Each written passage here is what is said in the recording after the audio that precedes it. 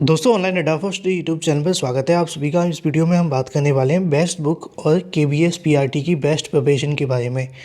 अगर आप किसी भी भर्ती के अंदर एक सीट लेना चाहते हैं या फिर सिलेक्शन लेना चाहते हैं तो उससे पहले आपको उसके पैटर्न को समझना बहुत महत्वपूर्ण है और पैटर्न के साथ ही आपको पता होना चाहिए कि आपकी प्रिपरेशन कैसे होनी चाहिए जिससे कि आपको यहाँ से एक सीट पाने में सफलता मिले। इस वीडियो को बनाने का उद्देश्य सिर्फ इतना है कि अगर आप एक भर्ती के अंदर सिलेक्शन लेना चाहते हैं तो आपको प्रिपरेशन कैसे करनी चाहिए, कौन कौन सी टॉपिक पे आपको फोकस करना चाहिए। अगर आप केबीएस पीआरटी के अंदर 130 और 35 का टारगेट बना रहे हैं तो इस वीडियो को देखना बिल्कुल ना भूलें। अगर आप वीडियो को शुरू से लेकर अंत तक देखते हैं तो आपको बहुत सारी ऐसी जानकारी मिलेंगी जो शायद ही आप सभी को पता होंगी और कमेंट करके अवश्य बताइएगा। तो चलिए दोस्तों वीडियो शुरू करते हैं। तो किसी भी एग्ज़ाम में अगर आप एक सीट लेना चाहते हैं तो उससे पहले आपको पता करना पड़ेगा कि आप एक सीट लेने के लिए आपकी प्रिपरेशन कैसे करनी है, क्योंकि जब तक आप सिलेबस को नहीं समझेंगे और सिलेबस के लिए करने वाली तैयारी को नहीं समझेंगे तो आपको कहीं ना कहीं यहाँ पे पेपर के अंदर धोखा हो जाएगा। क्यों? उसकी वजह ये है कि ज़्यादातर अभ्यर्थी ऐसे होते हैं बिना सिलेबस को पकड़े, बिना चीज़ों को समझे प्रिपरेशन करना शुरू कर देते हैं। अब प्रिपरेशन करने से नुकसान क्या होता है, फ़ायदे क्या होते हैं, वो तो आप जानते हैं कि अगर आप सही दिशा में प्रिपरेशन करेंगे तो आपकी नौकरी लगेगी। अगर आप गलत दिशा के अंदर मेहनत करेंगे तो आपको नौकरी नहीं मिलेगी। सेम आपको यहाँ पे भी देखने के लिए मिलेगा। तो आपको चीज़ों को समझ करके कम समय के अंदर ज़्यादा प्रिपरेशन करनी है और उन्हीं चीज़ों को पढ़ना है जिससे कि आपको बेनिफिट मिले। मैं आपको एक एक टॉपिक वाइज यहाँ से जानकारी देने वाला हूँ। अगर आप इस चीज़ को फॉलो करते हैं तो 100% जब आपका केवीएस का एग्ज़ाम होगा आप लोग खुद आगे कमेंट में बताएंगे कि आपको बहुत ज़्यादा बेनिफिट मिला मेरे बताए हुए आप सभी के टॉपिक्स के बारे में। तो चलिए हम बिना देरी के वीडियो को शुरू करते हैं। वीडियो को लाइक कर दें और शेयर करना तो बिल्कुल ना भूलें। इसी प्रकार की ऑथेंटिक जानकारी पाने के लिए चैनल को सब्सक्राइब करने के साथ टेलीग्राम चैनल को भी ज्वाइन कर सकते हैं। लिंक आपको वीडियो की डिस्क्रिप्शन में मिल जाएगा। लेकिन उससे पहले आपको 1 मिनट में थोड़ा सा सिलेबस मैं आपको समझा दूं। सिलेबस क्या कहता है कि 180 नंबर आपको देखने के लिए मिलेंगे, 180 क्वेश्चन ही आपके होंगे और 180 मिनट ही आप सभी को यहाँ से दिए जाएंगे। एक क्वेश्चन पे आपको 1 नंबर मिलेगा जो कि आपको पहले बता दिया गया है। अब यहाँ पे अलग अलग कैटेगरी वाइज आप सभी को देखने के लिए मिल जाता है कि क्या क्या आप सभी से पूछा जाएगा। तो यहाँ लिखा है कि 20 नंबर का आपका जो एग्ज़ाम होगा उसमें से 10 नंबर इंग्लिश के होंगे और 10 आपके सामान्य हिंदी के होंगे। बिल्कुल ठीक है। इसके बाद ही यहाँ पे करंट अफेयर के 10 क्वेश्चन रहने वाले हैं, रीजनिंग के 5 होंगे, कंप्यूटर के आपके 5 रहेंगे। ठीक है। तो ये पूरा का पूरा पार्ट आप सभी यहाँ से समझ सकते हैं कि ये आप सभी का 40 नंबर का होगा और ये 40 नंबर का पार्ट है। इसी में आपको सबसे ज़्यादा नंबर बनाने की कोशिश करनी है, पहला। दूसरा, सीडीपी का जो पार्ट आपको देखने के लिए मिलता है, सीडीपी के अंदर आपके 60 क्वेश्चन देखने के लिए मिलेंगे। अब जो सीडीपी के 60 क्वेश्चन रहने वाले, यही सबसे बड़ा बदलाव किया गया है अब तक का। तो 40 के बाद 60 आप सभी के बीच आ जाते हैं। अब नीचे आप सभी के सामने आ जाता है 80 नंबर। अब ये जो 80 आप सभी को देखने के लिए मिलते हैं, इसी को लेकर बहुत सारे अभ्यर्थी यहाँ पे कंफ्यूज हैं और इसी के बारे में आपको सारी जानकारी मैं दे दूंगा। बाकी सिलेबस के अंदर जो भी चीज़ें आप सभी ने पढ़ ली होंगी, अगर नहीं पढ़ी है तो आप इनको पढ़ लेना, क्या क्या आपसे पूछा जाएगा। टॉपिक वाइज यहाँ पे जानकारी दी गई है, लेकिन हमारे जो काम का है वो आपको यहाँ पे मिलेगा, क्योंकि उस सिलेबस के अंदर जो आपको जानकारी दी गई है वो तो आप पढ़ ही लेंगे। लेकिन जो मैं आपको बताने वाला हूँ, हम उस मुद्दे पे आते हैं। सबसे पहला मुद्दा है करंट अफेयर की बेस्ट प्रिपरेशन के लिए। दोस्तों आप जानते हैं करंट अफेयर काफ़ी ज़्यादा मुश्किल भी है, लेकिन अगर आप इसकी सही प्रिपरेशन करें तो ये बहुत आसान भी बन सकता है। कैसे, मैं आपको समझाता हूँ। करंट अफेयर को पढ़ने के लिए और खासकर शिक्षक भर्ती के अंदर, चाहे वो कोई भी शिक्षक भर्ती हो, उसके अंदर ज़्यादा बड़ा करंट अफेयर नहीं पूछा जाता है। बस एक बेसिक नॉलेज आप सभी की ली जाती है कि जो अभ्यर्थी शिक्षक बनना चाहता है उसको करंट में कितनी नॉलेज है। ठीक है। तो अगर आप करंट अफेयर की बेस्ट प्रिपरेशन करना ही चाहते हैं कि यहाँ पे 10 हैं और 10 में से कम आपका स्कोर 8 होना चाहिए, तो यहाँ पे आपको 2 चीज़ें समझनी पड़ेंगी कि आपको कम से कम पिछले 8 महीने का, वैसे किसी भी वैकेंसी के लिए हम ये कहते हैं कि अगर आप 6 महीने का करंट अफेयर पढ़ लें तो आपके लिए काफ़ी ज़्यादा बेनिफिशियल होगा। लेकिन मैं आपको केवीएस के लिए इसलिए कह रहा हूँ, अगर आप 8 महीने का पढ़ेंगे तो मुश्किल से आप 7 महीने का याद रख पाएंगे। ठीक है। तो आपको कोशिश करनी है कि ज़्यादा से ज़्यादा चीज़ों को यहाँ से रिलेट करें और पिछले 8 महीने का जो भी करंट अफेयर है उसको आप समझ लें। जो भी यहाँ से विनर या पुरस्कार दिए गए हैं उन सभी चीज़ों को ध्यान में रखें और उसी से संबंधित आपको क्वेश्चन करंट अफेयर में देखने के लिए मिलेंगे। तो ज़्यादा कुछ नहीं होगा, वैकेंसी आने से बाद, इसके अलावा आने से पहले तक के करंट अफेयर को आप पढ़ लें तो आपके लगभग सभी के सभी क्वेश्चन में से 2 या 3 क्वेश्चन छोड़कर सभी हो जाएंगे, क्योंकि 1-2 क्वेश्चन तो किसी न किसी का रह ही जाता है।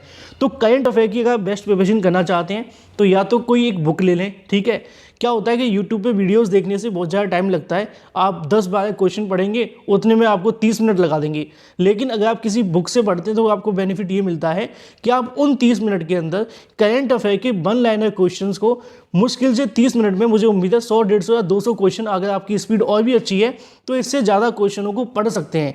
याद तो क्या होगा बात की बात है, लेकिन पढ़ सकते हैं। यूट्यूब पर वीडियो देखकर भी सारे क्वेश्चन याद नहीं होते हैं, तो इस बात का ध्यान रखिएगा।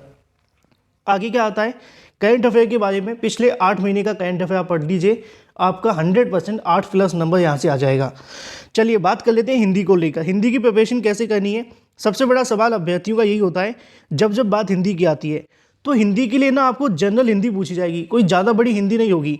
अगर आप हिंदी में प्रिपरेशन करना चाहते हैं तो इसके लिए बहुत फेमस किताब आपको देखने के लिए मिलती है ल्यूसेंट की, ठीक है। बहुत सारे आपको कोर्स बेचे जाते हैं, 90% तो ल्यूसेंट की यहाँ से फोटो कॉपी लगा के भेज देते हैं। अगर आपके पास ल्यूसेंट की हिंदी है तो आप इसको पढ़ें और बहुत अच्छे से पढ़ें, काफ़ी हद तक चीज़ें आप सभी की यहाँ से ही क्लियर हो जाएंगी।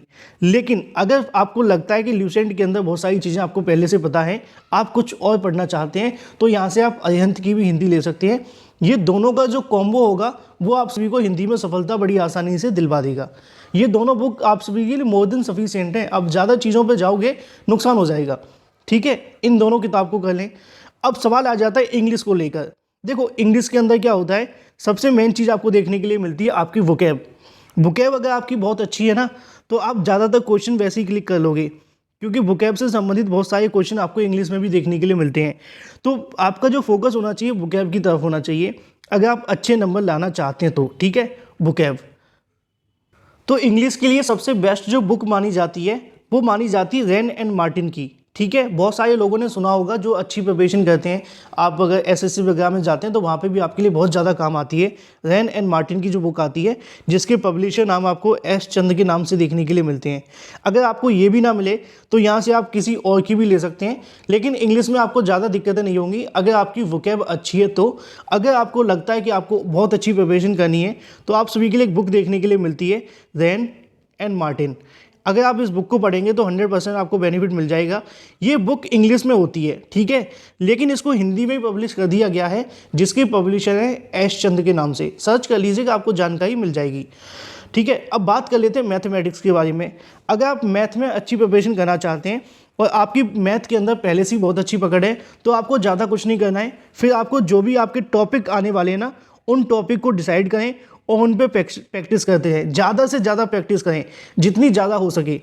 अगर आपकी मैथ ठीक ठाक है, क्योंकि अगर आपने कॉम्पिटिटिव एग्जाम के लिए पढ़ी है, क्योंकि बहुत सारे अभ्यर्थी होते हैं जिनकी मैथ स्टार्टिंग से ठीक नहीं होती है, लेकिन अगर आप चाहते हैं कि आप मैथ में अच्छा स्कोर करें तो आपके लिए रामबाण इलाज क्या होगा, आप एनसीईआरटी पढ़ें। एनसीईआरटी क्या होगा कि एनसीईआरटी से आपका बेस भी मजबूत होगा और आपकी प्रिपरेशन भी अच्छी हो जाएगी। अब एनसीईआरटी कौन सी पढ़ें, तो मैं आपको सजेस्ट करूंगा 6 to 8 तक की सभी की जो एनसीईआरटी पढ़ लेनी है मैथमेटिक्स के लिए। आपकी 80% से ज़्यादा प्रिपरेशन इसी से हो जाएगी मैथ्स के लिए। मतलब 80% प्रिपरेशन आपकी 6 to 8 की मैथमेटिक्स से ही हो जाएगी और आपको ज़्यादा दिक्कतों का सामना इसमें बिल्कुल भी नहीं करना पड़ेगा, ठीक है। तो एनसीईआरटी से अगर आप मैथ को पढ़ेंगे तो आपकी 6 to 8 तक की सारी प्रिपरेशन यहाँ से हो जाएगी। अब अगला आप सभी को देखने के लिए मिलता है रीजनिंग के बारे में। देखो रीजनिंग इतनी बड़ी आप सभी के लिए दिक्कत है नहीं है। 90% अभ्यर्थी पहले से ही कॉम्पिटिटिव एग्जाम की प्रिपरेशन कर रहे होते हैं, और जो अभ्यर्थी कॉम्पिटिटिव एग्जाम को समझते हैं उनके सामने रीजनिंग कोई ज़्यादा बड़ा मुद्दा होता नहीं है। लेकिन फिर भी अगर आप चाहते हैं कि रीजनिंग में आपकी अच्छी पकड़ हो, तो मैं आपको ये कहना चाहूँगा आप किरण प्रकाशन की रीजनिंग की बुक यहाँ से ले लें। चैप्टर वाइज आपको सॉल्व मिल जाएंगे, उसके अंदर आपको सारे के सारे जो कहने के चैप्टर मिलेंगे, और जो टॉपिक आप सभी से इसके अंदर पूछे जाने वाले हैं आपके सिलेबस के आधार पे सिर्फ और सिर्फ उन्हीं टॉपिक को आप पढ़ लें। 100% आपको रीजनिंग यहाँ से जो भी कवर करेंगे पेपर के अंदर आपका एक भी सवाल गलत नहीं जाएगा, मैं आपको गारंटी दे सकता हूँ। क्यों? क्योंकि किरण के अंदर लगभग सभी तरह की रीजनिंग के क्वेश्चन आप सभी को देखने के लिए मिल जाते हैं, और रीजनिंग इतनी टफ होती नहीं है। अगर आपको पहले से आती है तो आप प्रैक्टिस करते हैं, बस आपका काम हो जाएगा। जो टॉपिक बताए गए हैं उन्हीं के क्वेश्चन के बारे में, और प्रैक्टिस करने के लिए भी किरण की बुक आपको काफ़ी ज़्यादा महत्वपूर्ण साबित होगी, ठीक है। अब कुछ अगली बुक आप सभी को देखने के लिए मिलती हैं। अगला क्या आता है ईवीएस के बारे में। ईवीएस एक काफ़ी बड़ा मुद्दा आप सभी को देखने के लिए मिलता है। ईवीएस के साथ थोड़ा सा आपको एसएसटी भी पढ़ना पड़ेगा, क्योंकि आप जानते हैं कि यहाँ पे एसएसटी संबंधित भी कई बार क्वेश्चन पूछ लिए जाते हैं ईवीएस के अंदर, है ना। तो उन चीज़ों को भी आप ध्यान में रखना। अब जब आपको ईवीएस की प्रिपरेशन करनी है तो मैं आपको सजेस्ट करूँगा कि आप 9 से लेकर 9 to 10 एनसीईआरटी पर फोकस करें। एनसीईआरटी क्या होगा कि अगर आप 9 to 10 की एनसीईआरटी पढ़ेंगे तो इससे आपको ये बेनिफिट देखने के लिए मिलेगा कि आपका बेस भी क्लियर हो जाएगा और जो संबंधित क्वेश्चन पूछे जाने हैं वो काफ़ी ज़्यादा अच्छे रहेंगे, क्योंकि आपके सिलेबस के अंदर 12th तक के यहाँ पे जो स्टैंडर्ड वो देखने के लिए मिलने वाला है। तो अगर आप उस तक पहुँचना चाहते हैं, ईवीएस के अंदर भी अच्छा स्कोर करना चाहते हैं, तो 9 to 10 तक यहाँ से ईवीएस को अच्छे से पढ़ लें, बिल्कुल चीज़ों को क्लियर कर लें। अभी आपके पास समय भी, क्योंकि ये स्टार्टिंग में ही बताया जाता है। अगर आपके पास इतना समय नहीं होता तो आपको टॉपिक वाइज जानकारी नहीं दी जाती। अभी आपके पास बहुत समय है, अगर आप फोकस करेंगे तो आपको बेनिफिट मिल जाएगा। तो यहाँ पे हो जाती है ईवीएस के बारे में बात। अब बात कर लेते हैं सीडीपी को लेकर। देखो, सीडीपी को लेकर बहुत सारे सवाल आप सभी के मन में आते हैं और ये सबसे बड़ा पार्ट भी आपको देखने के लिए मिलेगा। सबसे ज़्यादा नंबर भी आपके यहीं से बनने वाले हैं। तो सीडीपी को आप सभी को स्मार्ट तरीके से पढ़ना है। कैसे, मैं आपको बताता हूँ। पहले तो आपको सीडीपी के सभी टॉपिक यहाँ पे लिख लेने, जो भी टॉपिक आप सभी से पूछे जाने वाले हैं। उन सभी टॉपिक के आधार पे अपनी प्रिपरेशन को मजबूत करना है। बाकी के टॉपिक्स आपको बिल्कुल भी नहीं पढ़ने हैं, जो आपके सिलेबस का है बस उसी पे आपको फोकस करना है। अब इसके लिए क्या होता है कि अगर आप सीडीपी पढ़ना चाहते हैं ना, तो जो बीएड वाले अभ्यर्थी हैं वो ध्यान दें। जब आप डीएलएड करते हैं ना, आप बीएड तो करते हैं, लेकिन जो डीएलएड करते हैं ना अभ्यर्थी, उनको सीडीपी संबंधित बहुत सारी चीज़ें सिखाई जाती हैं ना। ऐसी अगर बात की जाए, एनआईओ से डीएलएड करने वाले अभ्यर्थी होते हैं, उनको भी यहाँ पे बेनिफिट मिलता है, लेकिन जो खासकर बीएड के अभ्यर्थी होते हैं उनको इसलिए पढ़ना पड़ता है। तो यहाँ पे आपको फोकस करना है। अगर हो सके तो सीडीपी के लिए आप सभी को करना होगा डीएलएड, या फिर मतलब डीएलएड नहीं करना पड़ेगा, डीएलएड से संबंधित आपको बुक्स रीड करनी पड़ेंगी, है ना। अब केंद्र सरकार के माध्यम से एनआईओएस डीएलएड भी करवाया गया था। तो अगर आपके पास में एनआईओएस डीएलएड की बुक्स हैं या फिर आप ले सकते हैं, तो आप उन बुक्स में से सीडीपी के जो टॉपिक वाइज चीज़ें उनको आप निकालें और उनको पढ़ें। उनसे आपको क्या बेनिफिट मिलेगा कि आप वही चीज़ें पढ़ेंगे जो आप सभी से केवीएस की वैकेंसी के अंदर पूछा जाएगा। इससे कुछ अलग आपको और नया देखने के लिए नहीं मिलेगा। तो सीडीपी की बेस्ट प्रिपरेशन के लिए क्या करना है, पहले आप सभी को सारे के सारे टॉपिक लिख लेने हैं। टॉपिक के बाद में जो आपके डीएलएड से संबंधित टॉपिक आपके पूछे जाते हैं, उन बुक्स के अंदर आपको मार्क करने हैं और मार्क करके अपनी प्रिपरेशन को वहीं से शुरू कर देना है। 100% आप सभी के केवीएस पीआरटी के अंदर 135 प्लस का आपको स्कोर देखने के लिए मिल जाएगा, अगर आप दिए गई चीज़ों को फॉलो करके पढ़ाई करते हैं तो। और ये बहुत अच्छा तरीका होता है किसी भी भर्ती की प्रिपरेशन करने के लिए।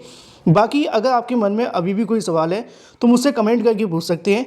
इस प्रकार की सीरीज़ आप सभी के लिए हम लाते रहेंगे, जिसमें आपकी प्रिपरेशन संबंधित सारी जानकारियाँ आप सभी को दी जाएंगी। अगर आपको वीडियो पसंद आया तो वीडियो को लाइक कर दें, साथ ही शेयर कर दें और चैनल को सब्सक्राइब करना बिल्कुल ना भूलें।